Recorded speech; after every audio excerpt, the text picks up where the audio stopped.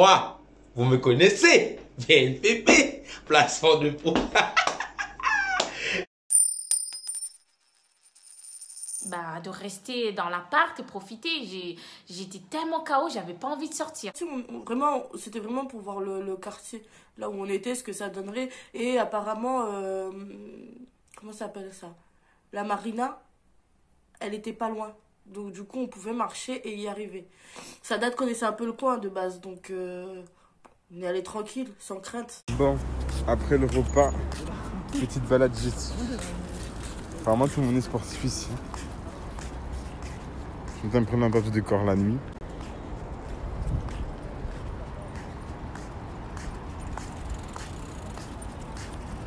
Bon, me critiquez pas, j'aime plus là, c'est normal. Là. Donc juste que je me sens mieux. Et après demain, c'est bon. T'es là en fait. Et qui se gratte, il se gratte. Donc, comprenez-vous, je dis pourquoi il se gratte comme ça, et tout, etc.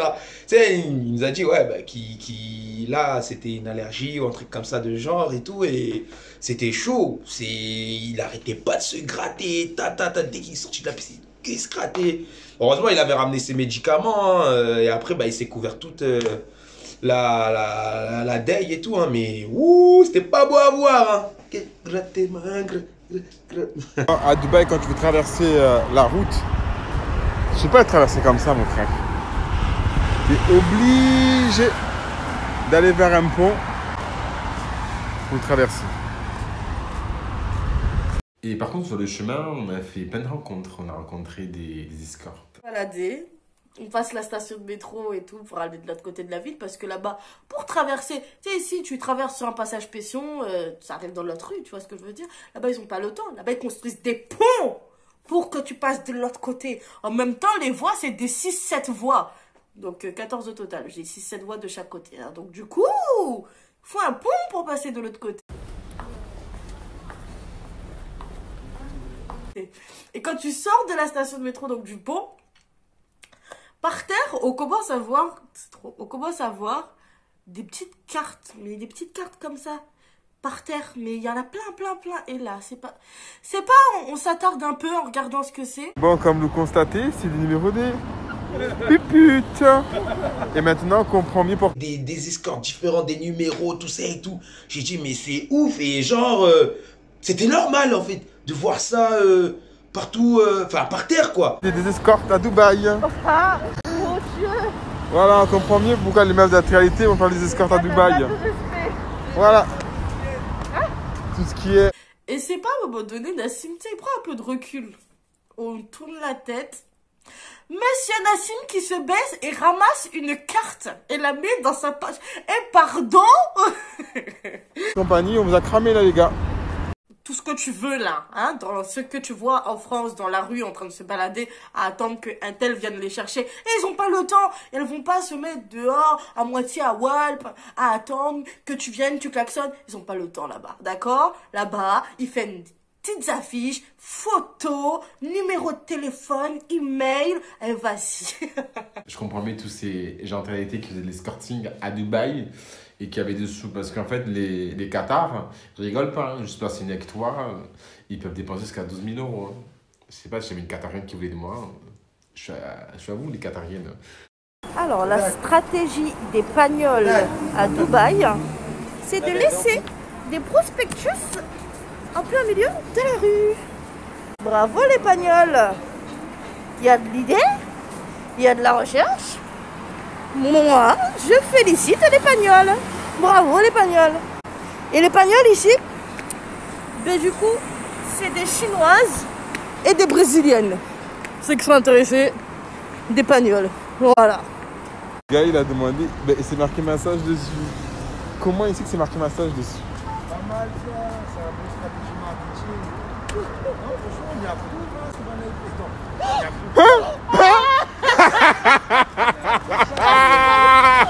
Nassim, lui, était beaucoup intéressé par les escortes. Hein. Je pense qu'il a ramassé tous les papiers.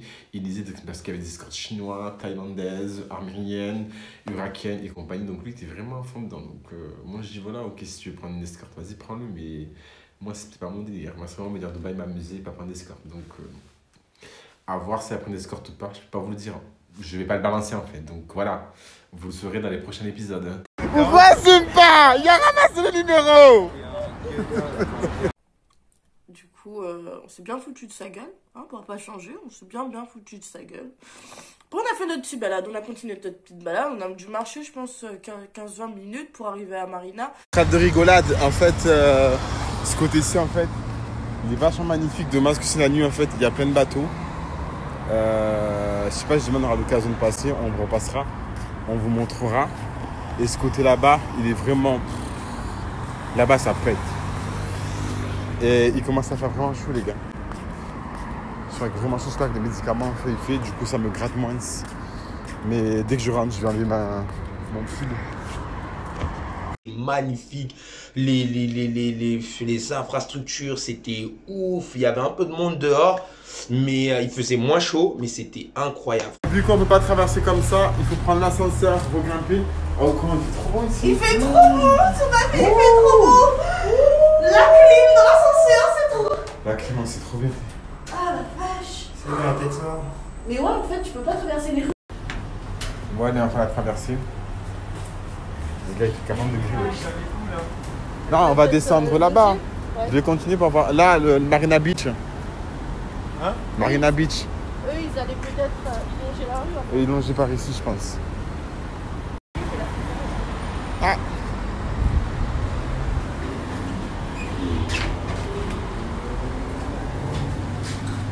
De l'air. Ils ont fait du bien d'avoir de l'air. Ah, les placements de produits. Ben oui, j'ai une marque de vêtements. Si je ne viens pas dans un pays, je ne place pas mon produit. Comment? Allez, viens bébé, viens bébé. Vous n'êtes pas... Eh, Vous n'êtes pas brave. c'est le cas. C'est le cas. Oh, ouais. On dirait du soupe quand même, hein. C'est tout.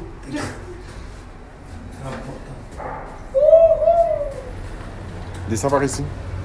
Ah, putain, on va passer par ici, wesh. Starbucks. Marina, c'est quelque chose. La Marina, de nuit, c'est très beau. C'est vraiment très beau. Après, c'est calme.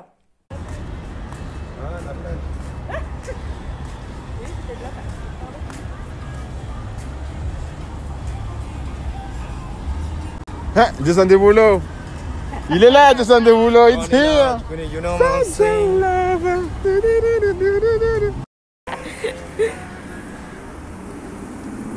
À l'approche de la marina, bon, tu te calmes. Belle Dodge Ram, mais quand même. Voilà, je reprends. Nous sommes à la marina.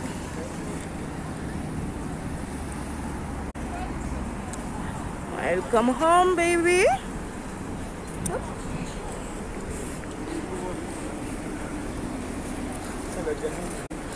Hop. Petite titine. Il y a pas sur la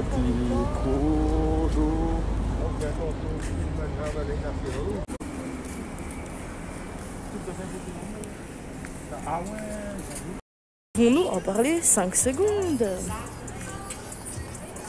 Parlons-en de ça aussi. Non mais parlons-en. Il est hyper original quand même. Faut se le dire.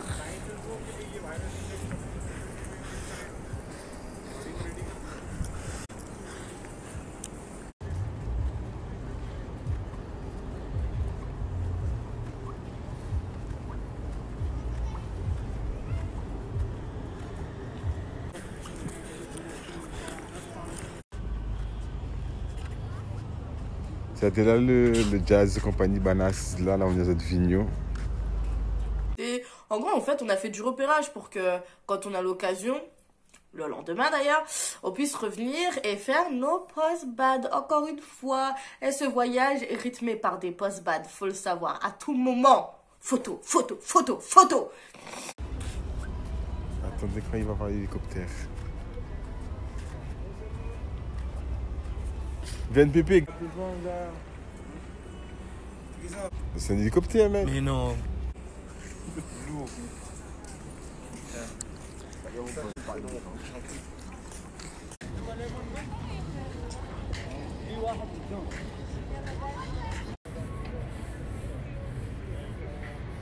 Tino che la moschonati.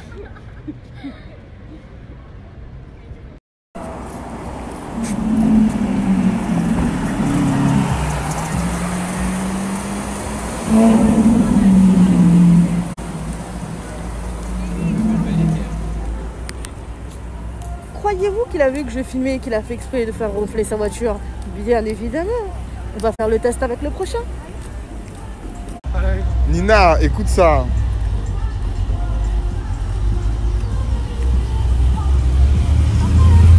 Tu l'as dans ton lit. Oh, Djadja. Y'a pas moyen, Djadja. Je ne cautionne pas forcément Aya Nakamura. Oui, beaucoup de personnes seront choquées, je sais. Mais je ne cautionne pas. J'ai travaillé en boîte de nuit, donc moi, Aya Nakamura, je l'ai entendu.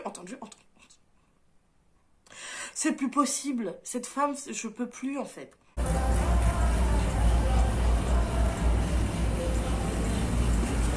Est-ce que le gars vient d'oser de mettre Djadja dans une Ferrari?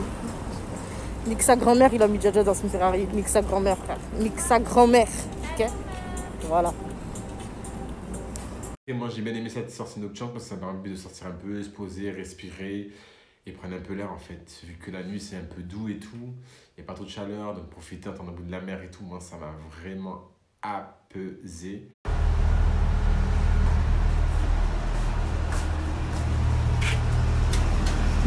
On est rentré, on était crevés. N'empêche, on a fait grave les Warriors, mais on était crevés parce que la journée était très longue entre la piscine et tout, marcher et tout. C'était long, c'était long, c'était long. Donc on rentre à la maison et Mademoiselle Nas, en fait, finalement, n'a pas dormi. Elle nous attendait. Ben oui, rappelez-vous. Elle ne dort pas toute seule. Donc bien évidemment, elle n'allait pas s'endormir si elle était toute seule à la maison. Croyez-nous, elle nous attendait, elle était là, au paix. Elle nous a dit, oui, moi je vais dormir et tout. Mais elle n'a pas réussi à dormir. Tant qu'on n'était pas rentré, elle n'a pas dormi. Ah oui, ceux qui sont sortis là, en rentrant de la maison, ils viennent me raconter quoi? Qu'ils ont vu des escortes. Oh my God. Ils ont vu des escortes à Dubaï. En même temps, c'est réputé pour ça. Enfin bref. Donc du coup, moi, je me suis dit, bon, j'ai bien fait de rester à la maison. Parce que franchement, c'est pas possible, c'est pas possible. Non, mais en tout cas, je ne regrette pas de ne pas avoir sorti cette première nuit. Nassima, elle a fini par aller au lit parce qu'on était présents. C'est bon, on est dans l'appartement, elle est finie par aller au lit. On est dans le salon en train de discuter avec Sadat et Nassim. Nassim s'était mis sur le canapé au loin, la chaise au loin. Avec Sadat, on est sur le canapé en train de discuter tranquille. C'est pas à un moment donné, on est en train de discuter tous les trois. C'est pas à un moment donné, on tourne la tête, on regarde Nassim et là, l'enfant est déjà mort. L'enfant dort comme ça. Apparemment, on en a perdu un au cours de la bataille, mais genre... Alors, je crois qu'on n'a pas dormi très très tard. Bon, je crois que j'ai dormi à 2 h du matin, où tout le monde avait dormi avant moi.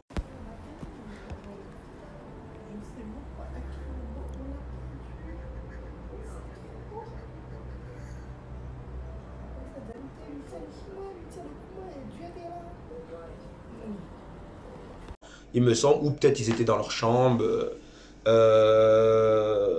en train de jouer avec leur téléphone. De toute façon, c'est la routine hein, qu'on a. Hein. De toute façon, Dubaï, hein, on ne dort pas comme ça. Après, on avait le décalage horaire et tout. Mais je crois que peut-être tout le monde a commencé à dormir à partir de 3 h du matin, 2 h du matin. Après ça, Dianoute, Mitia le Koumé, Dieu était là. Les journées sont trop dures et trop longues.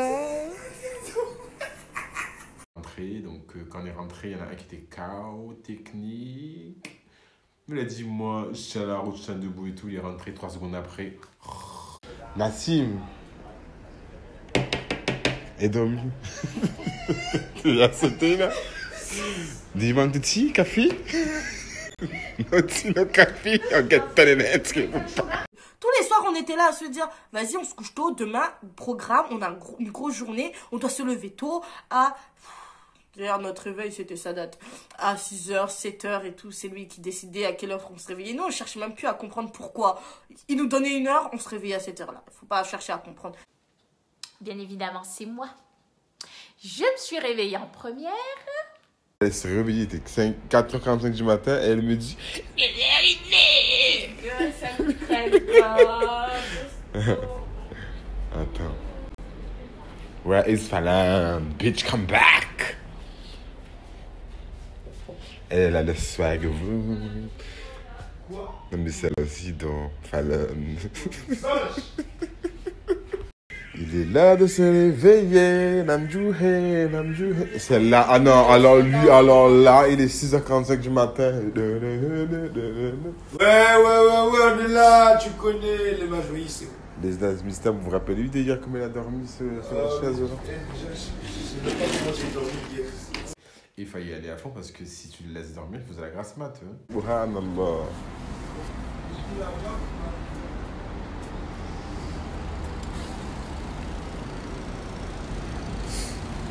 C'est une blague.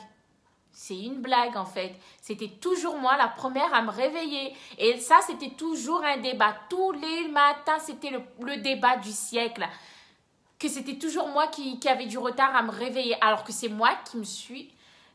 Alors, non, c'est moi, je vous assure que c'est moi qui me réveillais en première. La vérité. Et il fallait installer des caméras dans cette maison, c'est pas possible, c'était tous des mythos, c'est des mythos. Je vous jure, c'est des mythos. Il nous a réveillés, il était 7h du matin. Je suis KO, les gars. Alors, je leur avais dit, en fait, j'allais me lever avant eux, et c'était la vérité.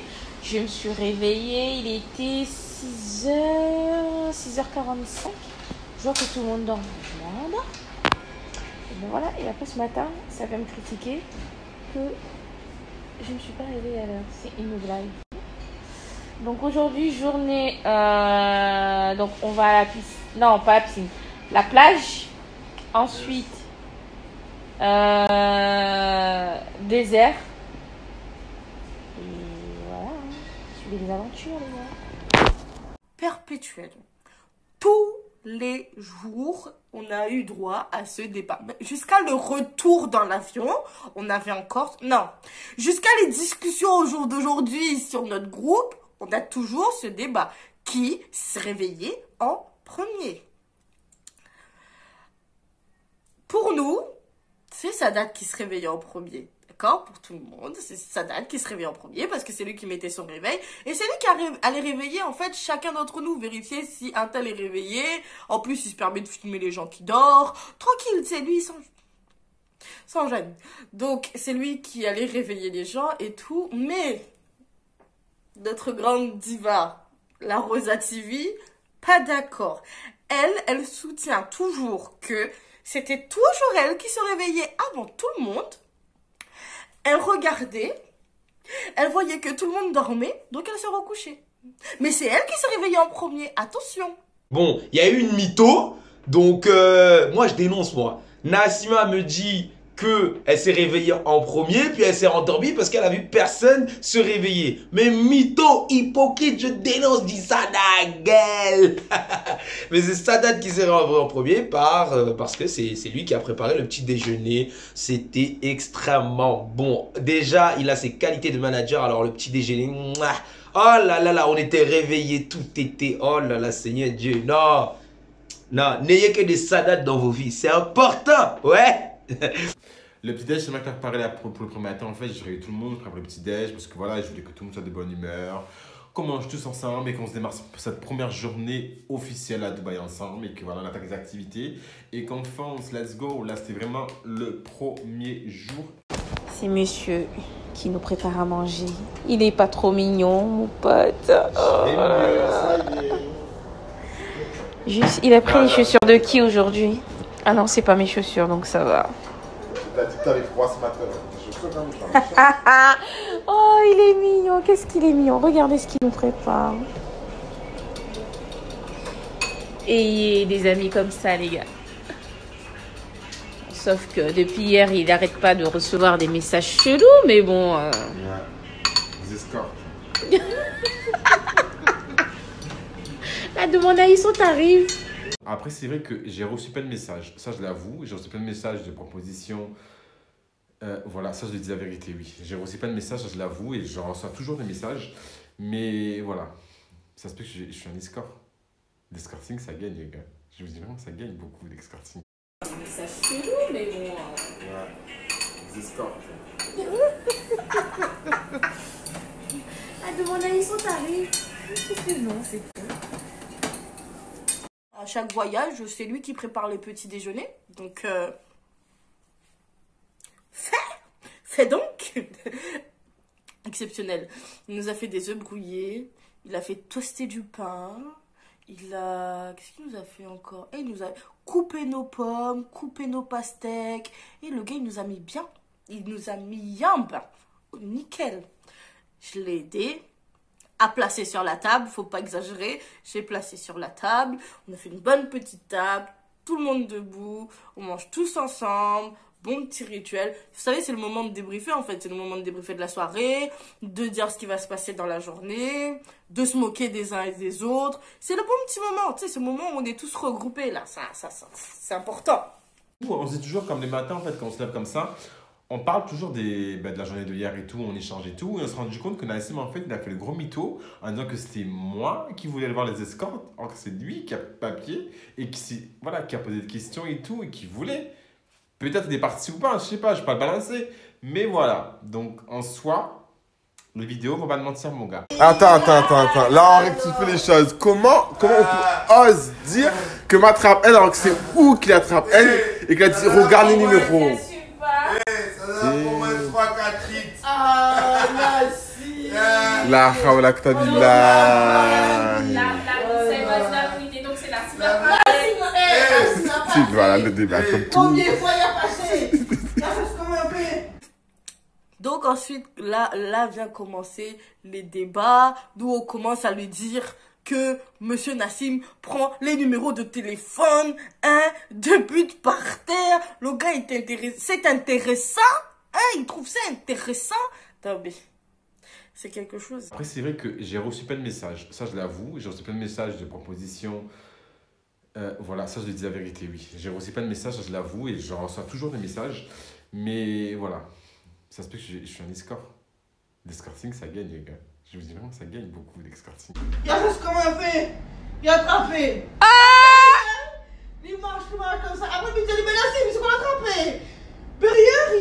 Après, il fait, non, mais il a écrit massage dessus. Déjà, on connaît les maman pas vu, mais je suis bonne pita dessus. Il a ramassé 4 pitas, c'est une blague. J'approuve. Ah, mais c'est pour ça que sur ton snap où t'es pour dire comment il approuve la stratégie, je sais pas quoi. Mais c'est une blague. C'est une bonne communication, tu vois. Mais j'ai dit, mais pourquoi il faut des massages, ils sont habillés.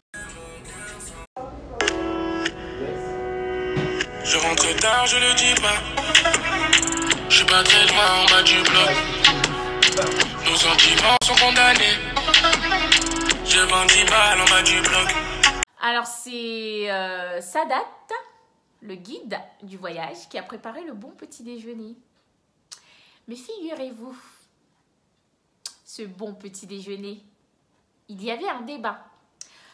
Alors, donc il nous a préparé le bon petit déjeuner, il nous a fait des bons petits œufs plats, il nous a fait un bon petit déjeuner avec une belle table. Et moi, je lui fais la remarque. Dans les œufs, il manquait du sel. Chose que monsieur n'a pas accepté la critique. Et il m'a incendié. Alors non seulement, il me prépare le petit déjeuner et moi, je ramène toujours ma fraise. Moi, avec ma bouche, non, vraiment, je vais finir par me faire bastonner un jour.